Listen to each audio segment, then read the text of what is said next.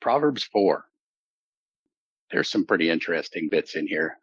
Just like all of the other Proverbs, or most of the other Proverbs, it kind of seems like a random sequence of sayings, bits of advice, but there is some cohesion to it. There's a pattern.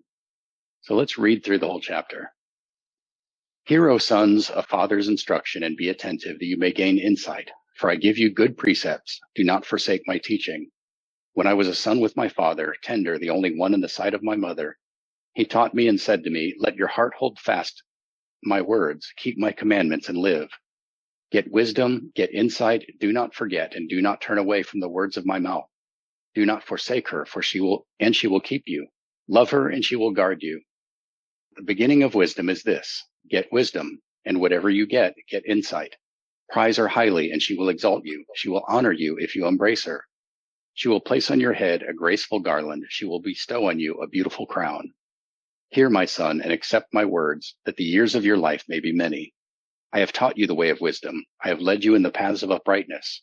When you walk, your step will not be hampered, and if you run, you will not stumble. Keep hold of instruction and do not let go. Guard her, for she is your life. Do not enter the path of the wicked, and do not walk in the way of the evil. Avoid it. Do not go on it. Turn away from it and pass on, for they cannot sleep unless they have done wrong. They are robbed of sleep unless they have made someone stumble, for they eat the bread of wickedness and drink the wine of violence. But the path of the righteous is like the light of dawn, which shines brighter and brighter until full day. The way of the wicked is like deep darkness. They do not know over what they stumble. My son, be attentive to my words. Incline your ear to my sayings. Let them not escape from your sight. Keep them within your heart, for they are life to those who find them and healing to all their flesh. Keep your heart with all diligence, for from it flow the springs of life. Put away from you crooked speech, and put devious talk far from you. Let your eyes look directly forward, and your gaze be straight before you. Ponder the path of your feet, then all your ways will be sure. Do not swerve to the right or to the left. Turn your foot away from evil. I'm just going to look at at the first section and not go into a whole lot of detail, but just a couple of interesting things that I noticed in these introductory verses. So in verses 1-9, Solomon begins this, hear, O sons, or hear, O children, depending on which translation you have. And he's talking about the instruction that his father gave him. And he says, O sons, in plural. And the things that he says here are abstract. Do not forsake wisdom, and she will keep you. Love her, and she will guard you. Prize her highly, and she will exalt you. She will honor you if you embrace her. It's difficult to quantify exactly what these benefits of wisdom are. I mean, we can imagine ways in which wisdom is an honor to somebody, especially to somebody in a royal house. But it's pretty intangible. But the thing here that I thought is interesting is that the first part is, O sons. That's the first address. And then the second one in verse 10 is, hear, my son. So in this top one, he's talking about the things that he learned from his father. And he's passing this down not just to Rehoboam or a particular son, but to all of his sons and to their descendants. And he's doing this, he's using what he has learned from his father as an example. So like saying, I got it from my father, now I'm passing it down to my sons, and you pass it down to your sons, and so on. So he's not just talking about the children that he has right now, but all of the children who are to come, the children of his children. In verse 10, he's addressing a specific son. Now, of course, the wisdom that he's passing on applies to everybody, but he's probably specifically talking to Rehoboam, who is his chosen heir. And the benefits here are much more tangible. See if I can read some of these here. Stay away from the wicked. Because, if you get involved with their schemes, you're going to get sucked into it. It's going to be death, because when you get involved with the wicked, they're going to be involved in crimes. They love the terrible things they do. So just don't hang out with them. Very tangible kind of stuff. Notice particularly in verse 3, he says, when I was a son with my father, tender, the only one in the sight of my mother. But the curious thing here is that Solomon was not an only child. he wasn't even a firstborn. We know that Bathsheba had at least 4 other sons. The first one died when he was a child, and he had 3 older brothers named Shobab, Shemaiah, or Shamua, depending on which book you're reading it in, and Natan. Depending on whether you're reading in Chronicles or Kings or elsewhere, these names may be spelled a little bit differently, especially notice that Bathsheba here is spelled Bathshua instead of Bathsheba. It's almost the same. In fact, it's probably spelled just a single letter off in Hebrew. I didn't really look at it. But Solomon is saying that he was the only one in the sight of his mother, even though he had 3 older living brothers. Solomon, I don't know if he was the youngest son of Bathsheba, whether he had any younger brothers, but just like Joseph and Jacob and Isaac, this is a younger son passing over his older brothers to inherit the family headship. And this thing, the only one in the sight of my mother, I doubt that it means that Bathsheba had disowned her other sons. She was probably treating him as her baby. And, being the youngest out of 6 siblings, I understand exactly what that's like. Parents baby the baby. So I just thought it was interesting that these family dynamics come out in the way that he words this. This passing wisdom on from generation to generation, it's a direct reflection of this commandment in Deuteronomy 4. Only take care and keep your soul diligently, lest you forget the things that your eyes have seen, and lest they depart from your heart all the days of your life. Make them known to your children and your children's children. Whatever mistakes Solomon made, whatever sins he committed, he was at least trying to keep this one. He was trying to pass on the wisdom that David had taught him to his own children. If you pass God's wisdom on to your children, they will tend to pass it on to their children. But if you don't, you end up like these other nations, the nations that God removed from the promised land. And so these nations feared Yahweh, and also, actually, these aren't the ones that God removed. These are the ones that came in later. The Assyrians replaced the Israelites with. Sorry, getting my storylines mixed up. So these nations feared Yahweh and also served their carved images. Their children did likewise, and their children's children, as their fathers did, so they do to this day. And these became the Samaritans. And this sets up the conflict that we see in the first century between Yeshua and the Samaritans. Not between Yeshua, but the Jews of Yeshua's day and the Samaritans. They were a mix of pagan nations and Israelites who had been left behind, and were mixing God's religion with pagan religions. And whatever it is that you are valuing, whatever religion you are keeping, you're going to be passing that down to your children, even if you don't teach it explicitly. Solomon explicitly taught his children to keep God's commandments, but in his own daily life, Solomon didn't always do that, and his children saw it. And so that tendency came out throughout Judah's history. The kings of Judah tended to be more righteous than the kings of Israel, because at least they kept God's law and they learned from the prophets. But they also followed Solomon's example, and they didn't remove the high places, and they encouraged idolatry throughout the nation. And that is still the case all the way down to this day. The theological and philosophical errors of Solomon and Judah are still mixing paganism with the true religion of God. Okay. Well, does anybody have any particular thoughts on any of the verses in this reading, this chapter? I had a couple. Oh, sorry. Go ahead, Carlos. I'll wait. Okay. I just thought of verse 9, the second half of it, where it says, well, I guess read all of it. She will place on your head a graceful garland. She will bestow on you a beautiful crown. And it's talking about, wisdom there, right? When I see the word crown, it reminds me of Proverbs 12:4 that says, an excellent wife is the crown of her husband, but she who brings shame is like rottenness in his bones, right? So that is a great connection. Right. So it's I no, I think it would be. I think you hear we're talking about in the group text on like that Michael sent out. We're talking about he sent one about the women in the Bible, and I mentioned that I was doing a study on that too.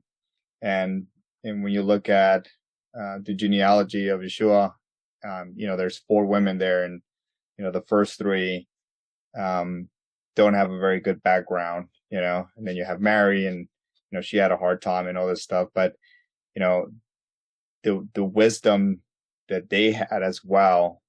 um it's important to resemble that with a wife, because I think that we think of a man being strong and wise and all these other things, but I don't think we might take for granted the fact that your other half, your wife, brings so much to the table to make it all complete, and does provide a lot of wisdom and temperament. Balance is supposed to, at least, it's supposed to balance you out. And I Hmm. think a good wife, it allows you to have that, and then that's when, once you both have reached that level, then you become echat one, so that's it made me think of that, like, okay, crown, wisdom, wife. Yeah, I think that's a really good connection. And that kind of, Solomon likes to show, to portray wisdom as a woman or as a female character, and foolishness too, for that matter. But it really made me think about the one specific aspect of the Proverbs 31 woman. There's this one verse in there that just seems kind of out of place, when it says that her husband sits among the elders, sits in the gates of the city among the elders. Well, what does that have to do with the Proverbs 31 woman? It's because she is, in her wisdom and the respect that she has in the community, all that rubs off on him, because the community respects her so much, he looks better too. And so he's elevated in the sight of everyone around him, and her activities in upholding the home and in supporting him in his business or ministry or mission, whatever it is, enables him to become one of those elders. Anything else you wanted to add to that? No, I think that's a good point, Ev. And if you look at Proverbs 31 women, I think there's a group out there, that there's a book out there that, and a Christian group out there, that is like this Proverbs 31 woman, where they're trying to be a faithful, God-fearing woman, and at the same time Mm-hmm. being a businesswoman. Because if you look through it, I mean, that lady sounds like Superwoman, right? I mean, Mm-hmm. she's super busy and doing so many things. And now that I read the scriptures more and more, a lot of people, atheists or other, people, think that the scriptures have the woman as, second rate, right? Or, just a second citizen or something like that. And I really don't see that in the Mm-hmm. scriptures. I see them being placed in a very high regard in many ways. And I think if people took enough time to kind of read the scriptures, I think they'll recognize that there's not one is better than the other or anything like that. Mm-hmm. We just have our own roles. But if you look, read Proverbs 31, it's incredible that she can do all those things, and it's true, because if he's at the gates, right, that means he's a very important man making decisions there, right? Mm-hmm. And so, to allow him to take time to focus on those things while she's doing something else, it allows him to, increase the kingdom, or increase, whatever business venture he has, and make the community better. And, you're right. Was that saying, behind every great man, there's a great woman? Is that what Mm-hmm. they say? Yep. I think so. That has to be true. Has to be true. Yeah, I think so. A couple things about that is that when somebody told me once, Proverbs 31 is not a day in the life. I mean, that's like not a description of her actual day. It's more of a description of like her life and how she lives her lifestyle. And, and that was very encouraging to me because up until that point, I was like, dude, I will never be cool. But you know, when you talk about the husband and the gates, the thought occurs to me that a wife's honor. So you were talking about if she is respected, he is respected. That honor is something that her husband has the privilege of carrying with him, but also her dishonor. So if she's a gossip, if she's not respected, if she's lazy, if she's slovenly, all of those things, he also carries that as well. And I think as women, that's a really important thing to do, because I know, I mean, we'll be married 28 years on Saturday. And I know that when I am behaving honorably, that Brian knows he can trust me. He knows that as he goes out in the world, his house is being cared for, his reputation is being protected, his children are being served, it's not that I have to do everything perfectly. I'm not, making clothes, grinding wheat, and feeding my maidservants all in one day or anything, but that I am being honorable with the responsibilities that are in front of me. And so that gives him confidence and strength as he goes out and about in the world. And that is a privilege that we as women have. Even unmarried women, when we consider that, I think of girls that I know that are single that want to devote their lives to the Lord, that the honor and the integrity that they live their lives with is not that God needs it in order for him to be confident in his role, but he's not carrying his reputation is not being tarnished. And, because as we are the bride, right? As we are the bride corporately, are we working to build up his reputation, or are we tearing down his reputation? And then also what your type of Proverbs 12:4, he who brings shame is like rottenness to his bones. That's cancer. That's literally bone cancer. I mean, it's like a very just, like that's what happens when you have bone cancer. And I was just thinking about, wisdom. And since we're talking in Proverbs 4 about wisdom bringing honor, and that those without it, it's like a cancer. Foolishness, those who deny doing what is right and what is wise. It is like being riddled with cancer, and everything about you is compromised. Good point. So Jay, on in verse 5, get wisdom, get understanding, do not forget nor turn away from the sayings of my mouth. Interesting that Solomon also writes in Ecclesiastes 2:13, then I saw that wisdom is better than folly and light is better than darkness. So he that's a comparative line, another scripture that talks about folly and wisdom and how it's better than darkness. Yeah, and comparing foolishness to darkness and wisdom to light. Correct. That's here also. Don't remember exactly which verse that is. It's in there somewhere. It's in verse 18, and the path of the righteousness is a shining light, going and bright until the day is established. The way of the wicked is as darkness. They have not known what they stumbled. Sorry, I'm reading from a different translation. No, that's fine. That's good.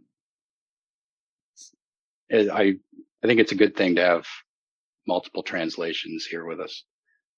If everybody's reading from the same translation, then there's some important perspective that we're going to miss.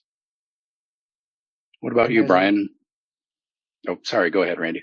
No, I was just saying there's a lot of scriptures. If you just look up light, there's an awful lot of scriptures that talk about light. Yeah, including John chapter 1.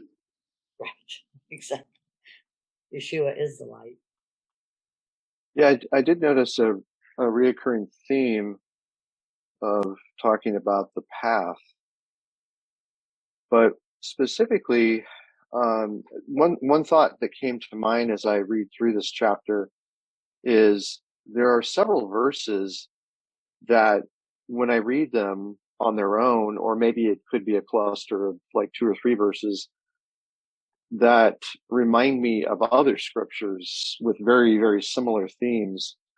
And one of them, let's see here, one of them I read was 4:12. When you walk, your step won't be hindered, and if you run, you won't stumble. And that kind of made me think a little bit about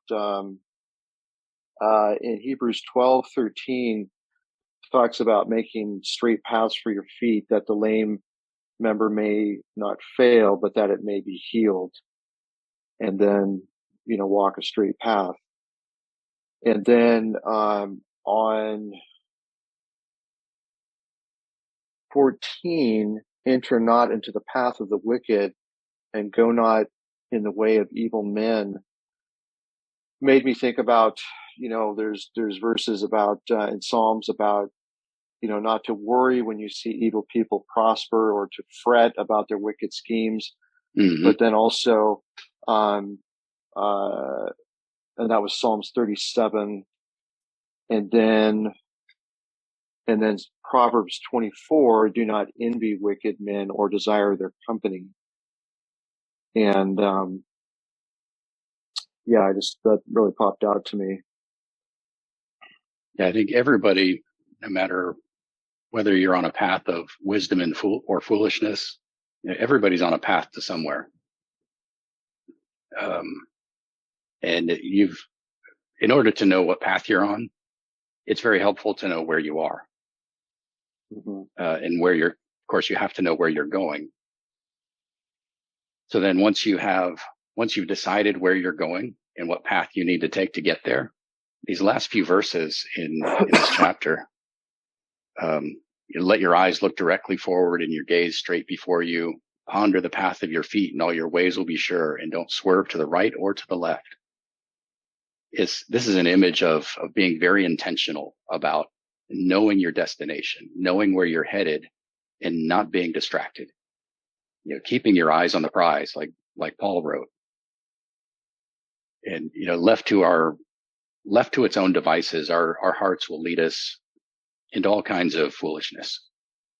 And so it's important that we have an objective standard that we can use as guides on the road.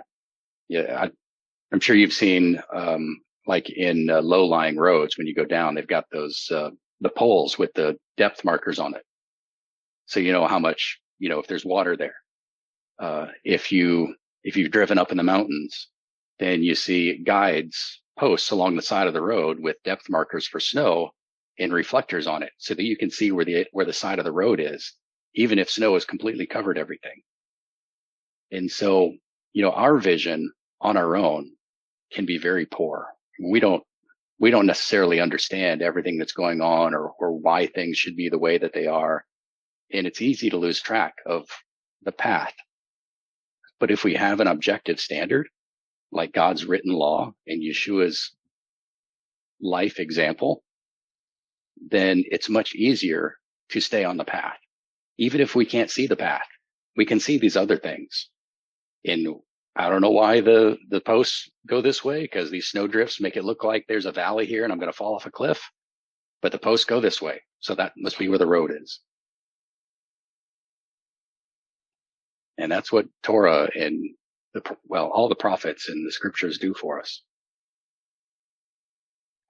And Joshua 1:7 kind of refers to that. And only be strong and very courageous to guard to do according to all the Torah which Moshe, thy servant, commanded you. Do not turn from it right or left, so that you can act wisely wherever you go. That's it's a great connection there. There's paths and then walk, paths and then walk. Mm-hmm. And it's kind of like another way of saying Shema. Shema is not just listen, but hear, obey. So hear and do. So this is the way, walk in it, essentially. Mm-hmm. Except when they talk about, when it says the path of the righteous is like the light of dawn, but the way of the wicked is like deep darkness. So neither of those, like, this is the way of the righteous, this is the way of the wicked, but it doesn't ever say in there walk. But I think that's interesting because, we have that path and walk a couple of times, but we also have 4:1 and 4:10 are both hear, which is Shema, hear and obey. But then on the verse 20, when it says be attentive, it's the word kasav, which is like prick up your ears. So it's like listen and obey, listen and obey. Are you listening? Very much that implication when you get to the end. Don't forget, this stuff at the end is really important too.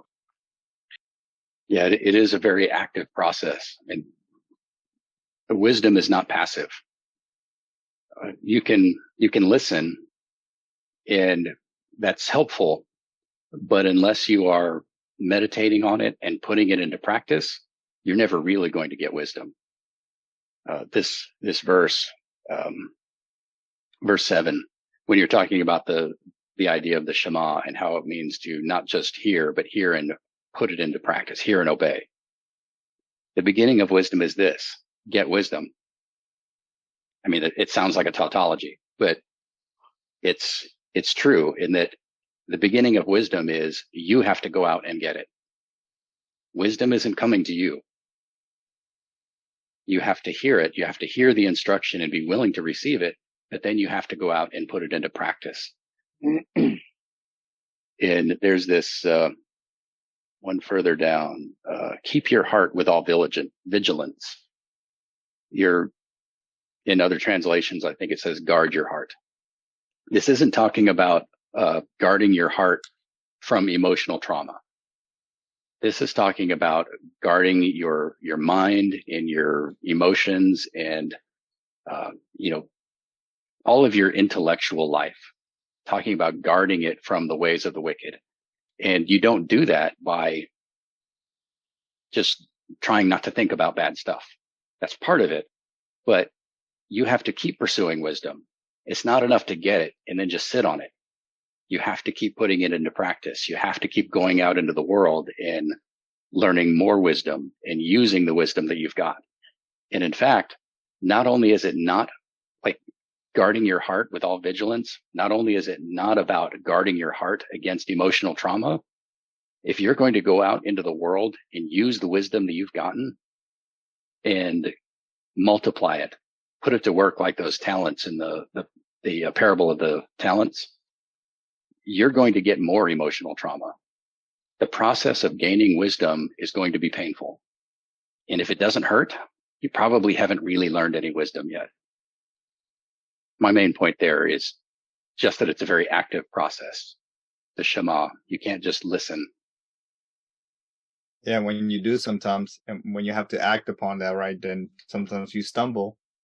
And I think the Father knows you're going to, and then learn from that. You pick yourself up and you just keep going, repent of your ways or whatever, and just, keep pushing forward. One thing that struck to me right now is, David, besides being king, prophet, just the guy was definitely a Renaissance man, poet, right? He was a warrior, the general, right? And everybody likes a good war movie. Well, at least I do. But when I read this, as I was reading it again right now, you can read this like this war between good and evil going through his speech, right? Evil man, righteous man, bread of the wicked, wine of violence, and all this other stuff. And when verse 24, 25, it says, let your eyes look directly forward and your gaze be straight before you. And as a warrior, I think to me, obviously I'm not sure, right? But to me, he's taken that as knowledge as a warrior, understanding that, you can't put your head down, and your head always needs to be on a swivel, always watching over the enemy and things like that. And that's wisdom to do that in combat. And it reminds me of like in Gideon as well, right? The way they got all the way down to 300 is because the Father wanted to make sure that even while they were drinking water, they were still looking directly ahead. They had their eyes on the prize.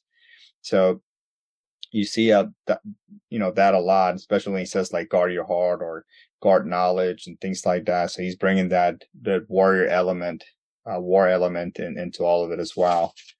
And another thing that I thought about was, I don't think his father is mentioned much in the scriptures, right, Jesse? Not a lot. Not a lot, but I'm assuming he had an incredible impact in his life.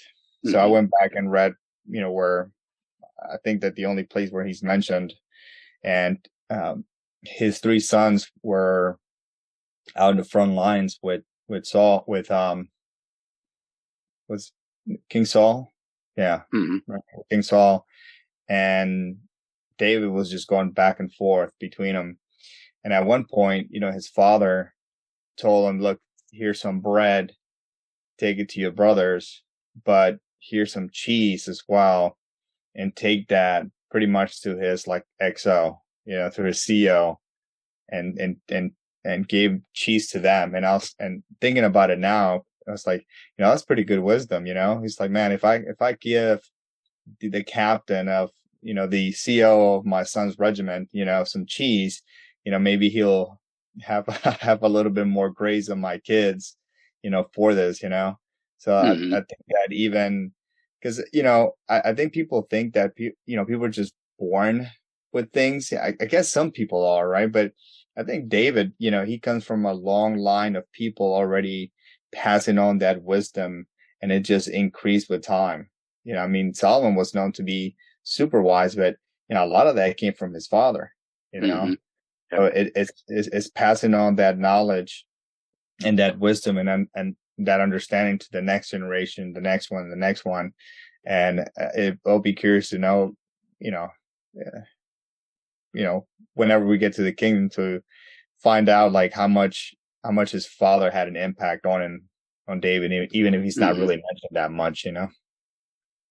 Well, he's mentioned more than most fathers are in scripture, I think. We talk about the Messiah as the shoot out of Jesse. And just the fact that we know who David's father is, and means that he's mentioned frequently.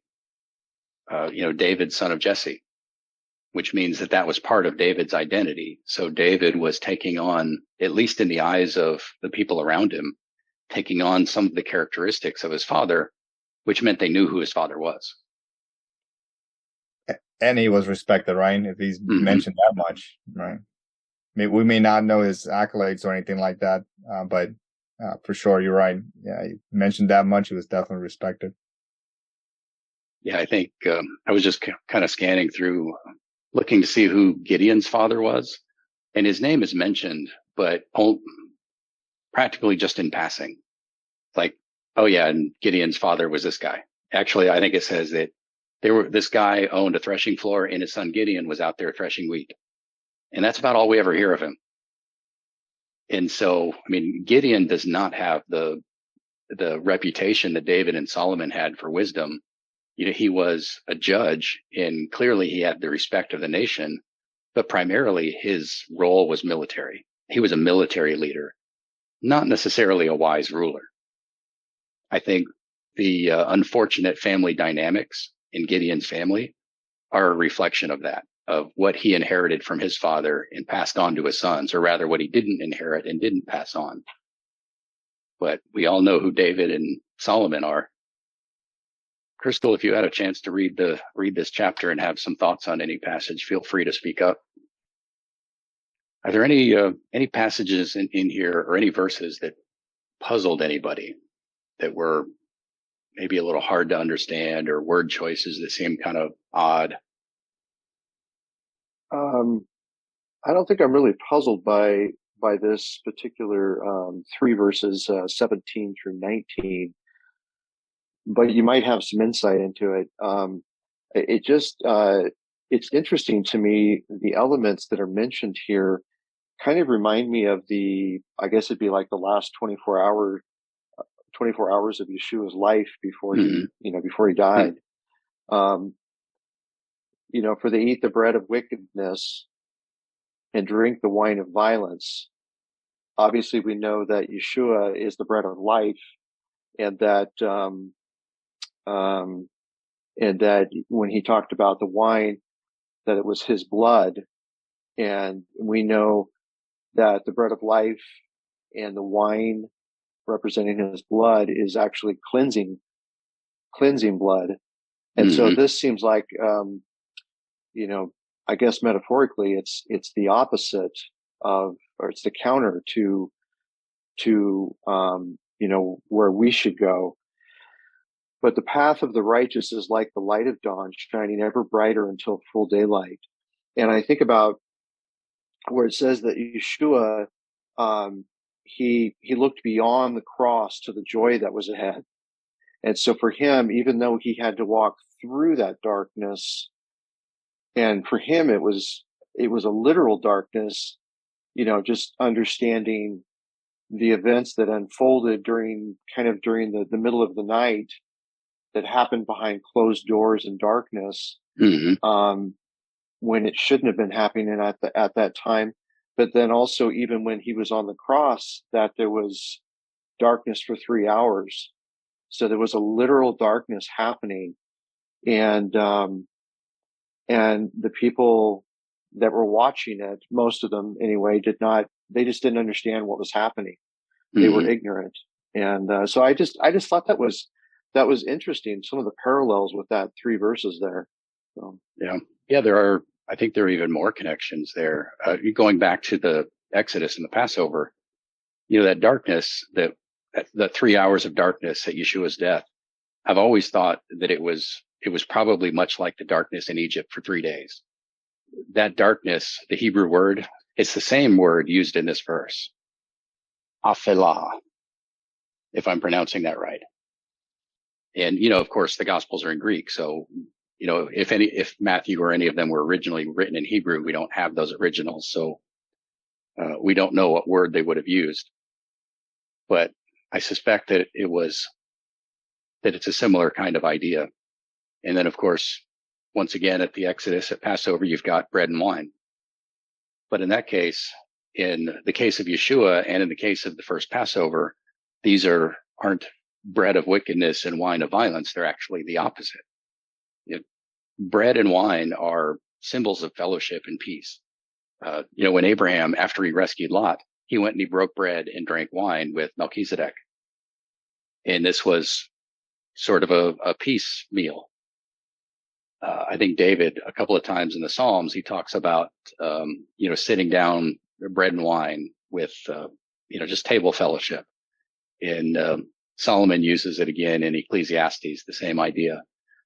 But here it's bread of wickedness and wine of violence, which is exactly the opposite of its usual meaning. I mean, frequently they are used in opposite ways. I mean, wine is used as a metaphor for blood and violence all kinds of places in Scripture. When it's talked about together, it's talking usually about some kind of table fellowship, some neighborly or friendly kind of thing going on. But this kind of makes me think of the disciples are kind of like a gang, right? Young men who have bad home lives, they're often attracted to street gangs because of the brotherhood that it provides. It fills in the gap of the family they don't have at home, or they don't imagine they have at home, or, whatever is the cause. They find this with brotherhood and fellowship with the wrong people. And then this bread and wine of fellowship becomes a thing of violence. They have mistaken this as criminal brotherhood for something healthy and something that they need. And they do need that kind of connection with people. They've just chosen the wrong people. And so what's supposed to be a good thing is twisted into something evil. I kind of went off in a different direction with that, I guess. But. Well, I have something that just while you were talking, Jay, that I recall that I read earlier today. And I believe it's actually, it actually started today. And I'm not bringing this up because I want to go on a rabbit trail, but just thinking about what you were saying about it's representative of basically fellowship, of coming together, breaking bread together. And that can either be in a good and righteous context, or it can be a wicked, evil context. And just today, the name of this article is called "New World Order Unites." The Clinton Global Initiative, the UN General Assembly, the WEF, or World Economic Forum Climate Crisis Summit kick off simultaneously in New York City today. And I can't help but think about all these men that are making decisions on behalf of humanity. And as we can see over just the last 3 years, are not using wisdom that we read in Proverbs for making those decisions. And in fact, they have, I believe, evil plans. And just saw something applicable there with the fellowship that they're having. Yeah, those criminal gangs aren't restricted to street gangs. You know what I think is, we're talking about the bread of wickedness and the wine of violence. It's that bread sustains us, but then wine is dissipation. There's that you lose the capacity for clear thought. You lose the capacity for clear focus and purpose. And so being sustained by wickedness, but then you drink the wine of violence, and they're synonymous. And I just can't help but think about, that circle, that vicious circle that people get trapped in with moral and personal compromise or financial compromise, whatever that wickedness might be that entraps them. And then what they use to numb themselves to that. And, the prevalence of extreme horror in movies and video games and all that kind of stuff, this glamorization of violence and wickedness that tends to make the wickedness that you live with on a daily basis feel less wicked because it's not this. I don't know if that makes any sense. I tend to be a little abstract in my thoughts, but that if we are not consuming, if it's not wickedness that sustains us, then we don't have to do these other corrupt things to numb us to the degree of wickedness that we are engaging in. Yeah. Well, I think continuing on the analogy of the path, if you're in a snowstorm in the mountains and you've got those guideposts along the side of the road, if you decide that those are not leading you in the right direction and you see some other path and you think, surely this is the right way. Once you take that one step off and you can't see those reflectors anymore, or I guess if you're seeing the reflectors, they're in your headlights, so you're driving, but you get the idea. There's no telling where that ends.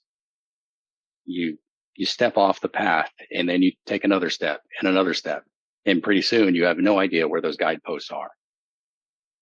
And whether that's because you see something, further off the field that you think, well, there's my destination over there, even though the signs are saying go this way, I can see my destination right over there. So I'm going to take this other path because I know it goes in the right direction. Who knows what's between here and there in those signposts? Those guides are there for a reason, to keep us headed in the right direction, even when it doesn't look like the right direction.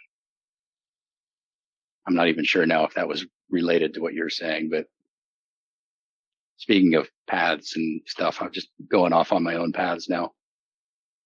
No, I think it does. I think it does because, if you can stop yourself at the one, if you see the one thing that you've done and redirect, the I don't know, metaphor, analogy, whatever. The thing I say often is it's the first decision that costs you. It's the first $5. Everything after that is zeros. So it doesn't feel as big. It doesn't feel like as much of a choice, but you go from 5 to 50 to 5,000 to 5 million. And it's just, you feel like it's just a bunch of zeros adding on. It's that first $5 that'll get you that first $5. Yeah. Once you've made the decision to step off the path, now you're off. So yeah, it's just, you're going to keep going unless you make a decision to redirect. And that's where if you have both the wickedness and whatever it is that you use to pretend that you're not as bad as somebody else or whatever, then you're never making that decision to come back. That's why repentance is so important. That's why keeping those short accounts and understanding righteousness. Something that I was looking at in verse 7, the beginning of wisdom is this: get wisdom, and whether you get insight. It's like, what's the difference between wisdom and insight? And it's like wisdom is, I've said this before, that knowing the right thing to do at the right time. It's not just knowing the right thing, but prudently when to apply that ethically, religiously, whatever. But then insight is skill, right? So it's not only do we know what is right and we know when to do things right, but we're going to practice that so much that we get really good at it. Mm-hmm. That it's not this state of being of, I have achieved wisdom. Now I'm wise. It's a practice that we apply in our lives. Yeah, good. Piggybacking on one of the analogies that you guys use. Another one that I use is if you ever did any kind of map reading and you're trying to get to point A to point B with a compass, usually what you shoot an azimuth, right? Whatever degrees. And if you go in a long distance, regardless, right? And so the compass itself has a little string, and you should look through it, and you kind of point the degrees to where you're going. And in order for you to stay where you need to go, there's no way you can always keep looking at that compass the whole time, because you'll bump yourself into something. So the trick is to look at the compass, look at the line of sight, and then pick something like, I don't know, a specific tree or, ravine or something like that. And then you go, right? But if you just constantly on that compass and, you have your eyes on it the whole time, and you're not looking up, then you can little by little start veering off and not paying attention. So instead of being a walk of maybe, 8 miles and it should have taken you an hour or 2 hours to do, as you're veering off, you end up way off from where you're supposed to be. And now you have to go from this point to this point in order to get where you need to go. And life is the same way. If you don't have the scriptures to kind of point where you need to go and take a look at it. And if you don't look up sometimes, in other words, take action, right? Not just read what's in here, but actually take action and take steps forward towards that straight and narrow path, you're going to veer off, and then you're going to be way off.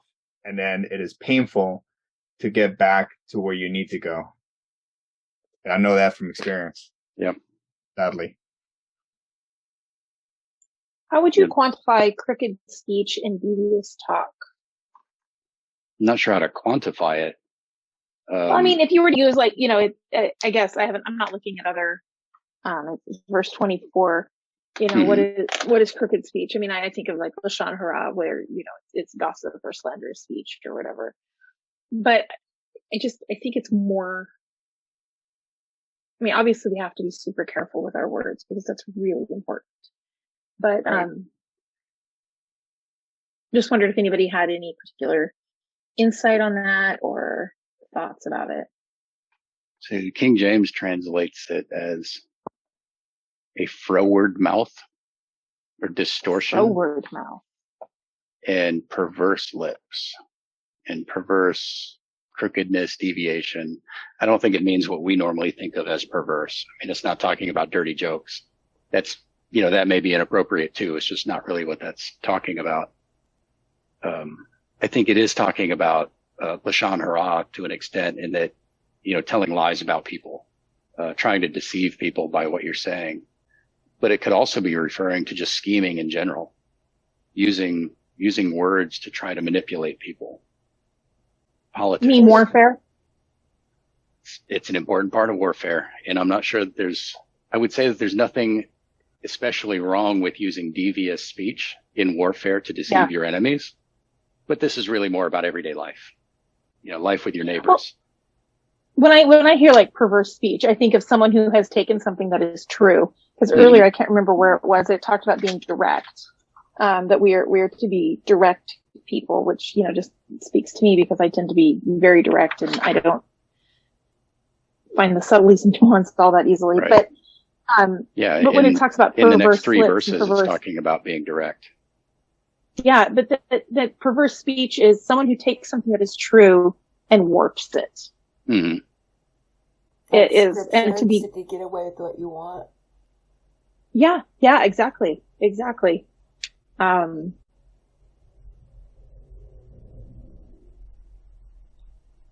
Yeah, I think that, Solomon puts a lot of stock in simplicity, and he probably had the most complicated life of anybody in history. But he really valued simplicity. So I'd like to imagine that he put a lot of effort into making his life more simple. Trying to take some of the complexity out instead of keeping all 900 wives at home, maybe build them houses on the other side of the country and keep them out there. They would really simplify life at home. I don't know what he did. I mean, we know that he made a lot of bad choices there, but, let your eyes look directly forward, your gaze be straight, keep your ways sure and don't swerve to the right or the left. He's really emphasizing the idea that we shouldn't complicate things any more than we have to. And when you're using words to twist things, when you are either twisting somebody else's words or saying things that are meant to twist ideas around in people's heads, you are really complicating not just their lives, but yours. It's one of those tropes that come up in the Saturday afternoon or the after school specials that, if you tell one lie, eventually you got to tell a whole bunch more lies to cover up those. And, you always get caught in your own web, but it really is true. And it's not just about lies. It's any kind of scheming. Once you start scheming and once you start plotting against other people, you have to keep plotting and the plots get more and more convoluted. And, if you live by the sword, die by the sword. Live by the perverse lips, die by the perverse lips. They say the cover up always gets you. Mm-hmm. The truth always comes out eventually. Well, we may never know who really shot Kennedy, but, somebody knows.